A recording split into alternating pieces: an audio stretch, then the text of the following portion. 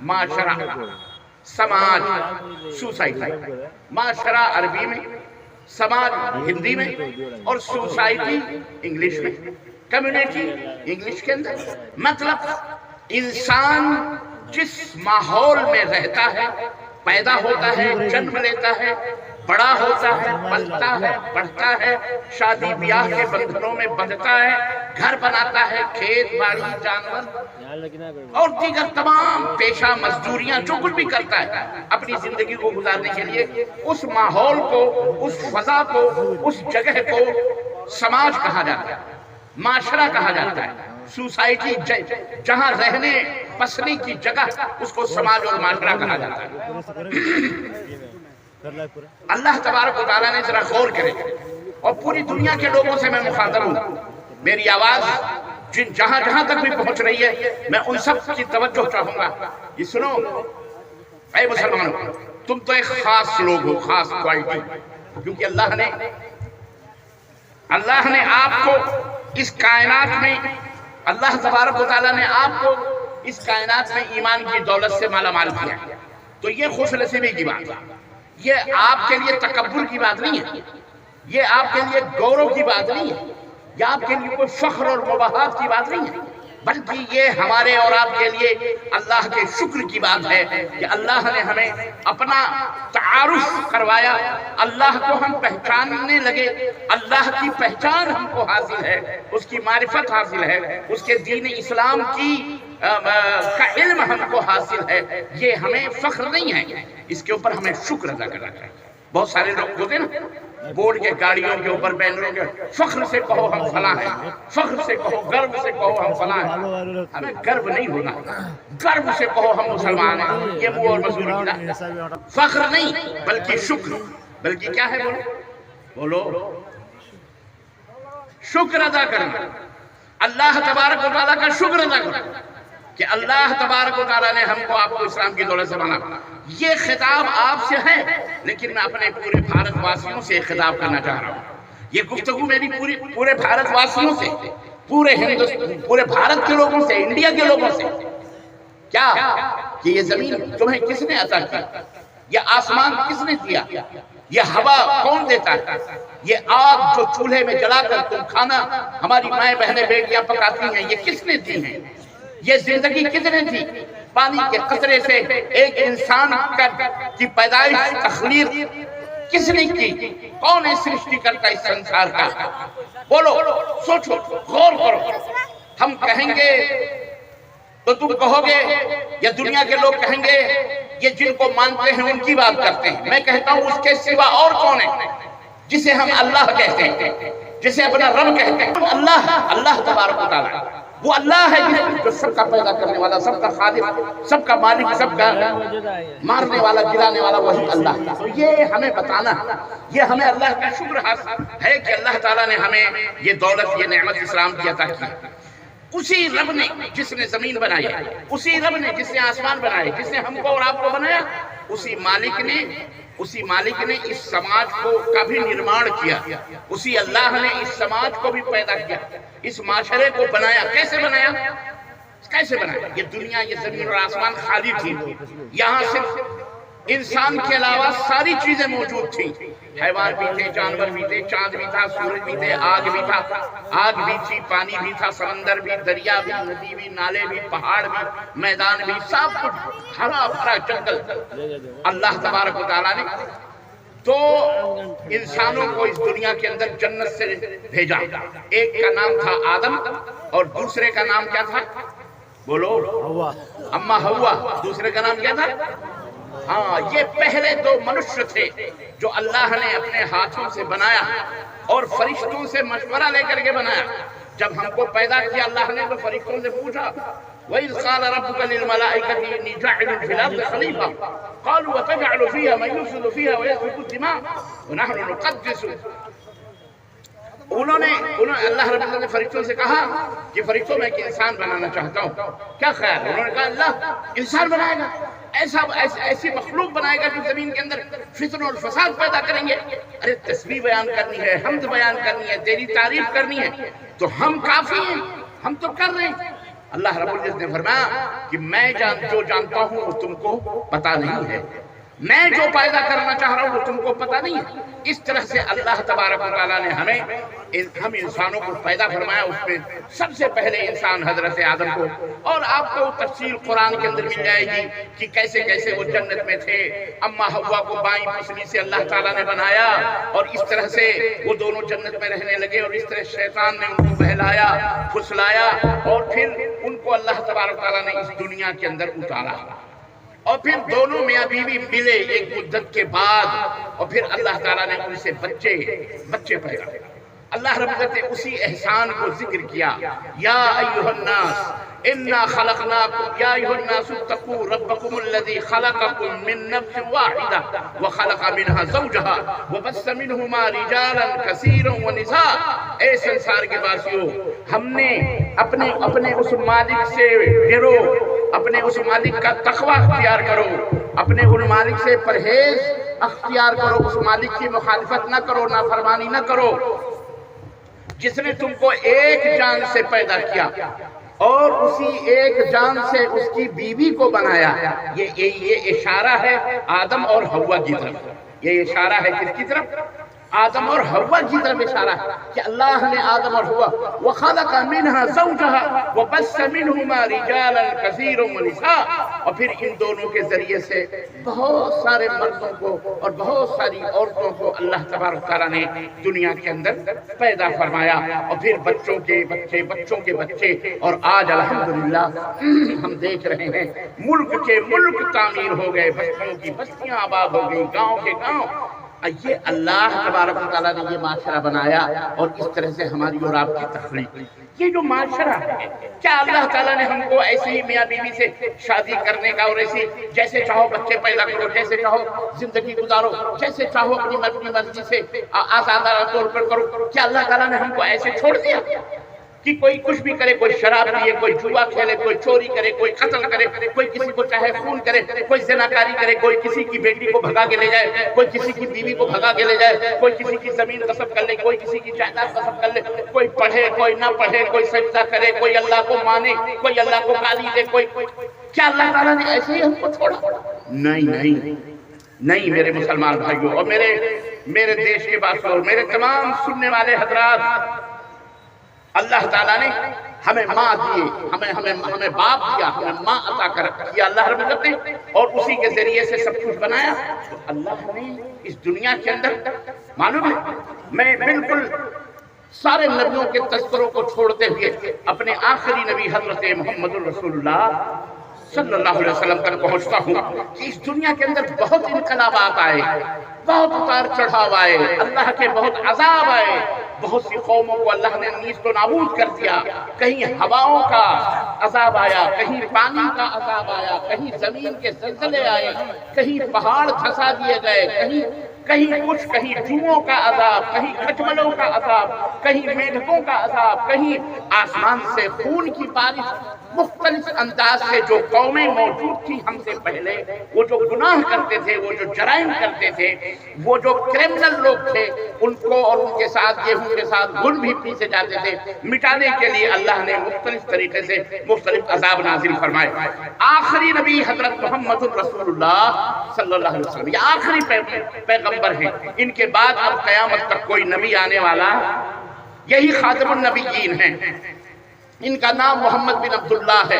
اللہ تبارک و تعالیٰ نے ان کو مکے کے اندر پیدا فرمایا، اور اللہ رب العزت نے ایک بہترین سماج اور ایک بہترین معاشرے میں ان کو ایک بہترین ماں اور باپ سے اللہ رب العزت نے ان کو پیدا کیا، اور جس معاشرے اور جس سماج اور جس سوسائٹی میں اللہ کے نبی تھے، یعنی مکہ کے اندر، آپ کو پتہ ہے اللہ کا گھر بھی وہی موجود تھا۔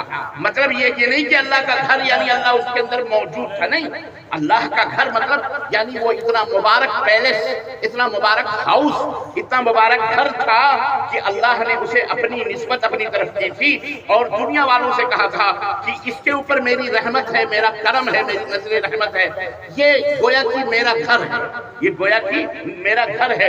اے دنیا کے لوگوں، اسی کو قبلہ بناؤ، اسی کو کعبہ بناؤ، اسی کے سامنے سر جھکاؤ، یہ گویا ہمارے سامنے سر جھکانے کے برابر یہ چیز ہوگی۔ اللہ نے اس طرح سے اس کو اپنا گھر حضرت ابراہیم علیہ السلام کے ذریعے تعمیر فرمایا، جبکہ بعض روایتوں میں آتا ہے حضرت آدم جب اس دنیا کے اندر آئے جبھی انہوں نے خانہ کعبہ کی تعمیر کی تھی مکہ المکرمہ کے اندر اللہ رب العزت کے حکم سے، اور اس کے بعد میں اس طرح سے یہ سلسلہ چلتا رہا۔ بہرحال تو اللہ کے نبی مکے کے اندر پیدا ہوئے، جب اللہ کے نبی پیدا ہوئے، بڑے ہوئے، جوان ہوئے، تو وہاں آپ نے دیکھا کہ کئی برائیاں موجود ہیں، مختلف برائیوں کے اندر لوگ ملوث ہیں، کوئی قتل کر رہا ہے، کوئی خون کر رہا ہے، کوئی چوری کر رہا ہے، کوئی سود کھا رہا ہے، کوئی اللہ کا، اور سب سے بڑی برائی مکے کے سوسائٹی میں، سماج میں یہ تھی کہ وہ خانہ کعبہ کا طواف بھی کرتے تھے، خانہ کعبہ کے اوپر غلاف بھی چڑھاتے تھے، وہ عمرہ بھی کرتے تھے، وہ خانہ کعبہ حجر اسود کو بھی چومتے تھے، وہ صفا مروہ کے درمیان سعی بھی کرتے تھے،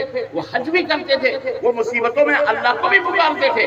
لیکن جب انہیں خوشحالی ہوتی تھی، جب وہ اچھے خاصے بھلے ہو جاتے تھے، چنگے ہو جاتے تھے، تب وہ کعبے کے اندر 360 بت رکھے ہوئے تھے، ان کو بھی پکار دیا کرتے تھے، ان کے نام کے چڑھاوے، نذر و نیاز، وہ تمام سب کیا کرتے تھے، یعنی وہ اللہ کے ساتھ شرک کرتے تھے۔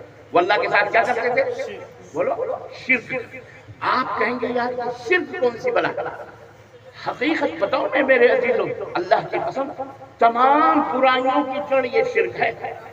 جس طرح تمام خیر، تمام بھلائی، رب کی رضا، جنت، اللہ کی خوشنودی، جہنم سے نجات، جہنم سے دوری، جس کا سبب توحید ہے، ایک اللہ کی عبادت کرنا، ایک پرماتما کے سامنے بھیک مانگنا، ایک کی پوجا کرنا، اسی کے سامنے پرارتھنا کرنا، اسی کے سامنے اپنے سروں کو جھکانا، جس طرح سے اللہ کو یہ چیز راضی اور خوش کرتی ہے، جس طرح اللہ ایسے کرنے والے کو اپنا محبوب بندہ بنا لیتا ہے، اسی طرح سے اس کے بالمقابل شرک ہے۔ شرک کیا ہے؟ شرک کیا ہے؟ یہ سمجھنے کی بات ہے۔ کسی طرح جس طرح توحید اللہ سے قریب کر دیتی، یہ توحید ہی ہے جس کی وجہ سے یہ کائنات بنائی گئی، یہ توحید ہی ہے جس کی وجہ سے یہ زمین اور آسمان بنائے گئے، یہ توحید ہی ہے جس کی وجہ سے قرآن نازل ہوا، یہ توحید ہی ہے جس کی وجہ سے 1,24,000 کم و بیش انبیاء اور رسول اس دنیا کے اندر آئے، یہ توحید ہے جس کی وجہ سے یہ چاند اور سورج چل رہے ہیں، اسی توحید کی وجہ سے۔ اور اس کا اپوزٹ، اس کا الٹا شرک۔ جیسے اجالے کا الٹا اندھیرا، یہ اجالا ہے، یہ لائٹ بجھا دو تو کیا ہو جائے؟ اندھیرا۔ سفید کا الٹا کالا، اور کالے کا الٹا بولو وائٹ کا الٹا بلیک، اور بلیک کا الٹا وائٹ۔ ایسے ہی توحید اجالا، توحید روشنی، توحید اللہ کی رضا ہے، توحید اللہ کی خوشنودی ہے، توحید جنت ہے، توحید دوزخ سے نجات ہے، توحید اللہ رب العزت کی، اللہ عبادتوں کی اصل اور بنیاد ہے۔ بالکل اسی کے الٹا شرک، ساجیدار بنانا، پارٹنر بنانا، شریک بنانا اللہ تعالیٰ کے ساتھ، یہ شرک کہلاتا ہے۔ کسی بھی امتی کو، کسی بھی مخلوق کو، کسی پیڑ کو، کسی پودے کو، کسی بت کو، کسی دیوی کو، کسی دیوتا کو، کسی جن کو، کسی بھوت کو، کسی پریت کو، کسی ولی کو، کسی پیر کو، کسی شہید کو، کسی نبی کو، کسی رسول کو، کسی زمین کو، کسی آسمان کو، کسی سورج کو، کسی چاند کو، ان سب کو، اس میں سے کسی کو بھی اللہ کا پارٹنر بنانا، اللہ کا ساجیدار بنانا۔ کس طرح سے ساجیدار بنانا؟ کس طرح سے ساجیدار بنانا؟ سنو، ساجیدار بنانا مطلب پکارنا صرف کس کو ہے؟ مدد کے لیے، بولو اللہ۔ مصیبت ہو، خوشی ہو کہ غم ہو، مدد کس سے مانگنی ہے؟ اللہ تبارک و تعالیٰ۔ دعا کس سے کرنی ہے؟ بولو اللہ عز و جل سے۔ اے اللہ ہمیں بیٹا دے دے، اے اللہ ہمیں بیٹی دے دے، اے اللہ ہمیں نجات دے دے، اے اللہ ہمیں خوشحالی دے دے، اے اللہ ہمیں صحت دے دے، اے اللہ ہمیں تندرستی دے دے۔ یہ سب کس سے کہنا ہے؟ اللہ عز و جل۔ لیکن بندہ اللہ کو چھوڑ کر، اے سورج مہاراج آپ بہت بڑا روشنی والے ہیں، آپ ہمارے جیون کو روشنی دے دو، آج ہمیں بچہ دے دو، ہمیں بیٹا دے دو۔ ہے دھرتی ماتا، ہمارے اناج اگا دو، ہمیں کھانا دے دو، ہمیں آہار دے دو، ہمیں پانی دے دو، ہے سمندر مہاراج، ہے فلانے مہاراج، ہے فلانے دیوتا، ہے فلانے جن، ہے فلانے بت، ہے فلانے نبی، یہ فلانے رسول، ہے فلانے ولی، ہے فلانے بزرگ، ہے فلانے بابا، ہے فلانے صوفی، ہے فلانے سنت، ہے فلانے ساتھ، ان لوگوں سے جا کر کے، مرے ہوئے لوگوں سے، یہ زندہ لوگوں سے جا کے بیٹا مانگنا، بیٹی مانگنا، ان سے نفع اور نقصان کی امیدیں رکھنا، ڈرنا، خوف اس طرح سے کرنا جیسے اللہ تبارک و تعالیٰ سے ڈرنا، اس طرح سے ان سے ڈرنا، اسی کو کیا کہا جاتا ہے؟ اسی کو کیا کہا جاتا ہے؟